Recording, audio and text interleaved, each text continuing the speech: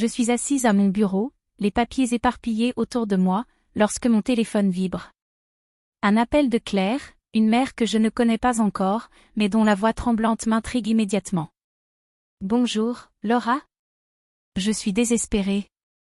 Sa peur est palpable, et je me sens instantanément impliquée. Bevor wir fortfahren, melde dich für den Kanal und gib d'un like auf, damit dies Video noch mehr Leute kann. Und vergiss nicht zu kommentieren, denn Meinung ist mir wichtig.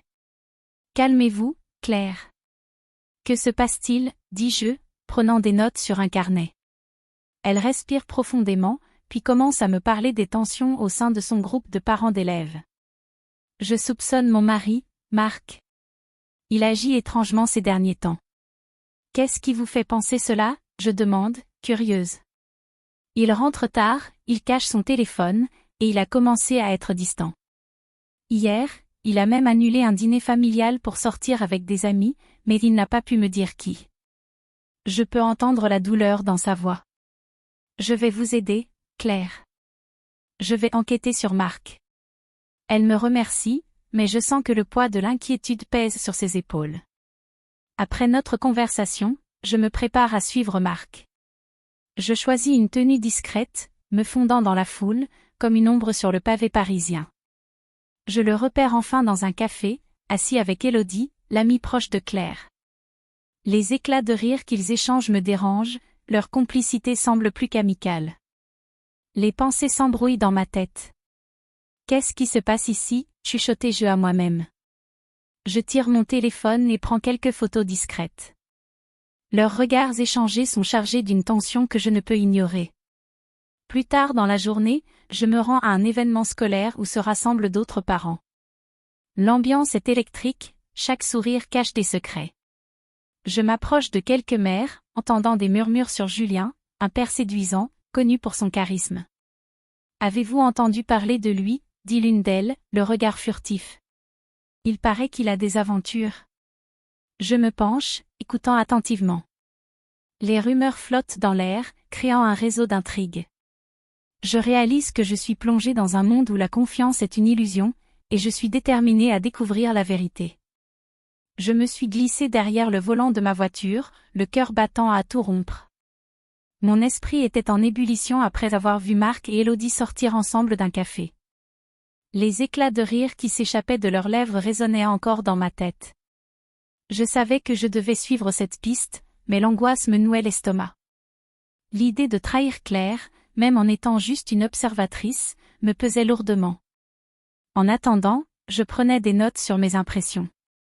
Élodie est-elle vraiment une amie fidèle, me demandais-je. Je me suis concentrée sur la route, mais mon esprit était ailleurs. Je pensais à la manière dont j'allais présenter mes découvertes à Claire. Je devais être prudente, chaque mot comptait. Soudain, mon téléphone vibra, me tirant de mes réflexions. C'était un message de Claire. « Tu es là ? J'aimerais te parler. » Mon cœur se serra. Je ne pouvais pas lui dire ce que j'avais vu. Pas encore. De retour à mon bureau, je me suis plongée dans mes recherches sur Julien. En feuilletant des articles de journaux, je suis tombée sur une vieille histoire, un scandale d'infidélité qui l'avait entouré quelques années auparavant. Incroyable, murmurai-je à moi-même. La toile se tissait lentement autour de ses parents. Il y avait une connexion évidente entre eux, et ce lien ne semblait pas être uniquement amical. Je pris une profonde inspiration. Je devais me concentrer. Peut-être que Claire avait besoin de voir la vraie nature des gens qui l'entouraient. Dans un élan de détermination, je me suis dit que je devais écouter ce qui se passait entre Claire et Élodie. L'idée de me cacher dans un café, d'écouter leur conversation, me paraissait risquée mais nécessaire. « Laura, tu es une détective, murmurai-je pour me convaincre. C'est ce que tu fais. » En me préparant à cette mission, je ne pouvais m'empêcher de penser à Claire, à son sourire et à sa naïveté. Je devais la protéger, même si cela signifiait plonger dans les profondeurs de la trahison. Je m'étais installée discrètement à une table dans le coin du café, ma tasse de café fumant oubliée devant moi. Élodie était déjà là, son sourire lumineux, mais je pouvais lire l'inquiétude dans ses yeux. Claire, avec son air naïf mais déterminé, ne se doutaient de rien. Je plissais les yeux, tendant l'oreille pour capter chaque mot de leur conversation. Tu sais, Claire, je me demande parfois si je peux vraiment faire confiance à Marc, commença Élodie, sa voix tremblant légèrement. Claire, visiblement surprise, répondit, qu'est-ce que tu veux dire par là? Marc est un homme bien. Élodie soupira, jouant avec sa tasse. Je sais, mais j'ai remarqué qu'il est souvent distant ces derniers temps. Et puis, il y a eu cette soirée entre parents, des rumeurs circulent. Mon cœur s'accéléra. Élodie avait-elle des soupçons sur son propre mari? La tension montait dans l'air, et je me sentais comme une intruse dans un drame qui n'appartenait pas à moi. Oh, je n'ai pas entendu parler de ça. Qu'est-ce qui s'est passé? Demanda Claire, ses yeux s'illuminant d'une curiosité inquiète. Je ne sais pas exactement, mais j'ai entendu dire que certains couples se comportaient de manière inappropriée. Je ne veux pas te faire de fausses accusations, mais... Avant qu'Élodie ne puisse finir sa phrase, mon esprit vagabondait déjà vers les implications de ces mots. Des comportements inappropriés? Cela confirmait mes soupçons sur Marc et Élodie. Je devais agir, mais avec prudence. Plus tard dans la journée, je me glissais à l'extérieur du café, mon esprit en ébullition. La révélation d'Élodie m'avait laissé perplexe. Je ne pouvais pas ignorer cette nouvelle piste. Si Élodie avait des doutes, cela signifiait qu'il y avait un jeu de mensonges bien plus complexe à déchiffrer. Je décidai alors de confronter Marc. Je l'avais observé suffisamment pour connaître ses manies. Je le trouvai dans un parc près de l'école, assis sur un banc, regardant son téléphone avec une intensité qui me laissa perplexe. « Marc, nous devons parler, dis-je, ma voix tranchante comme un couteau. » Il leva les yeux, surpris, avant de se redresser légèrement. « Laura? Qu'est-ce qui se passe? » demanda-t-il, feignant l'innocence. « Élodie a des doutes sur votre amitié. Elle pense que vous pourriez avoir plus qu'une simple relation amicale. Que lui répondrais-tu? » Son visage se ferma, et il balaya mes paroles d'un geste de la main. « C'est ridicule. Élodie et moi sommes juste amis. Rien de plus. » Je pouvais voir la nervosité dans ses yeux, mais je n'étais pas convaincue.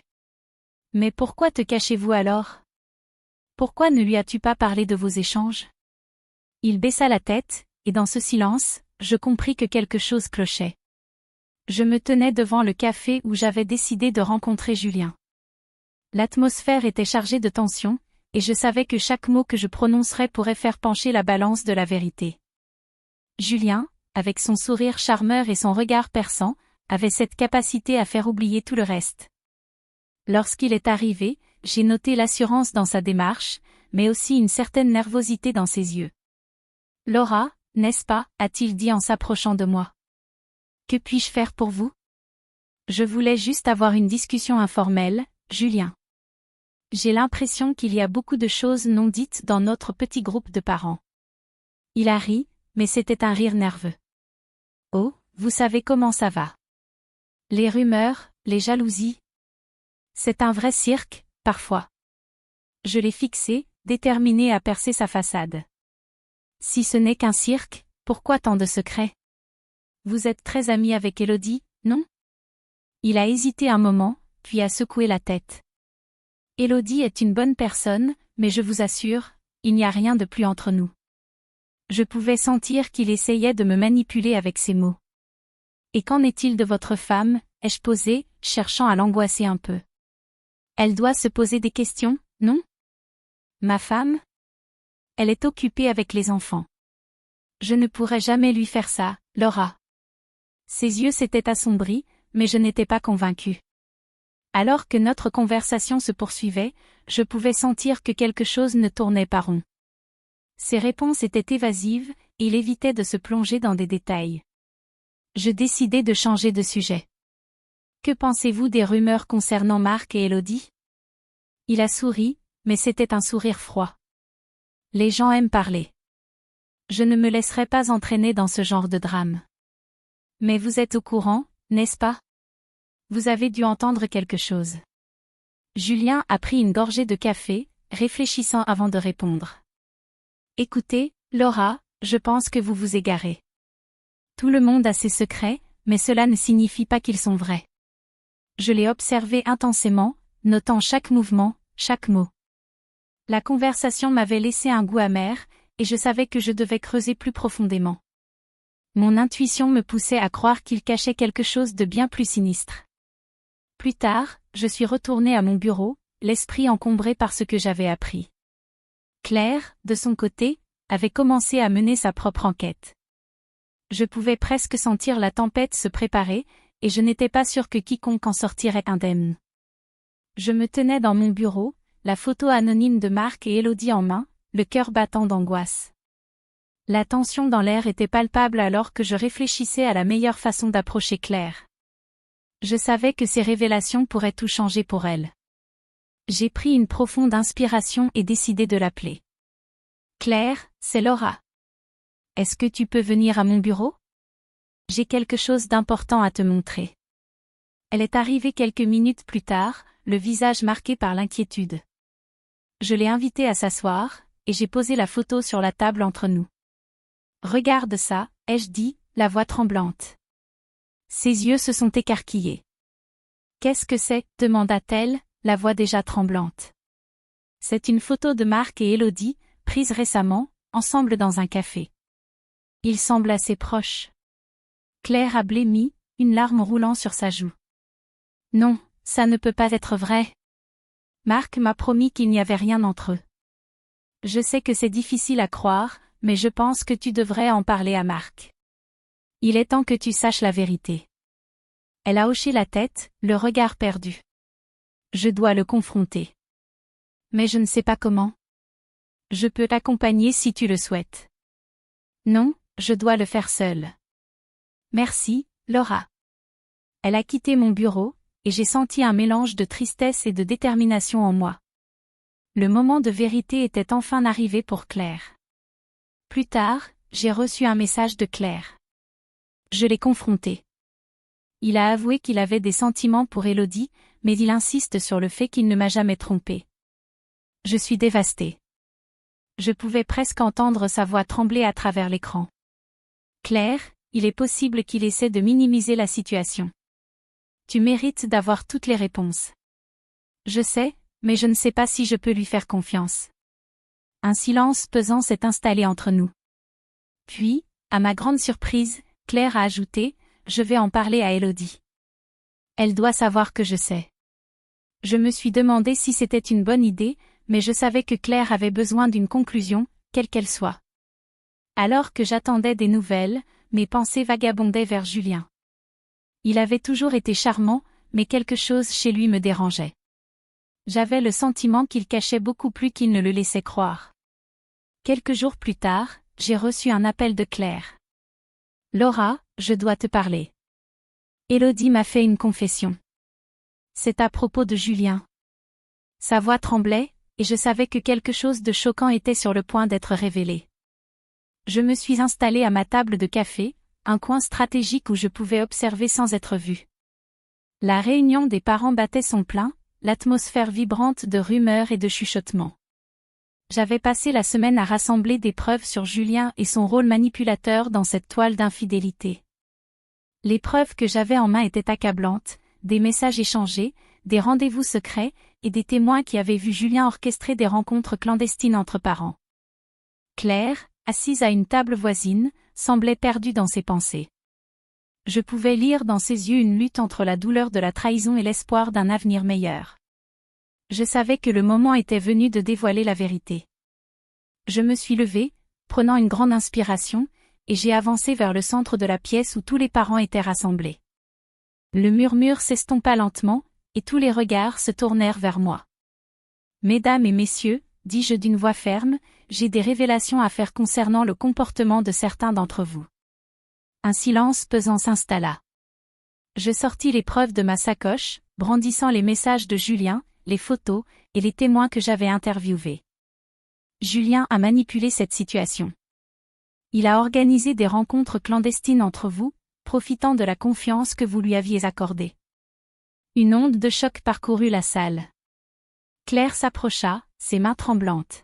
« Julien, comment as-tu pu faire ça » demanda-t-elle, la voix brisée. « Julien, d'abord confiant, blêmi. Ce n'est pas ce que vous pensez. Je n'ai fait que... Sa voix se perdit dans le tumulte des réactions indignées. Je ne peux pas croire que tu aies trahi notre confiance, ajouta Élodie, la colère se mêlant à la déception dans ses yeux. Je pensais que tu étais notre ami. Je n'ai jamais voulu que ça se termine ainsi, s'écria Julien, mais les murmures de désapprobation l'étouffèrent. Claire, les larmes aux yeux mais déterminée, se tourna vers moi. Merci, Laura. Grâce à vous, je peux enfin voir la vérité. En ce moment, j'ai ressenti une profonde satisfaction. J'avais aidé Claire à retrouver sa force, à se libérer de l'emprise de la tromperie. Alors que les parents commençaient à murmurer entre eux, Julien se tenait là, seul, face à la colère de la communauté. Claire, avec le soutien des autres, se tenait droite, prête à reconstruire sa vie. La vérité avait triomphé, et avec elle, l'espoir d'un nouveau départ. Wen du Chonsoet je commandiste, dan meld dich of dem Kanalan, fuge und commentière den menu nu diesem voll. Ich bin sehr daran interessiert, den en commentaires ulesen. Ich werd jetzt tenen inwe of den Bildschirm von denem anderen ser controversen voll lassen, den ich studierab, dies an der Geschichte ist noch interessante als dies. Klicken und kommen si sehen.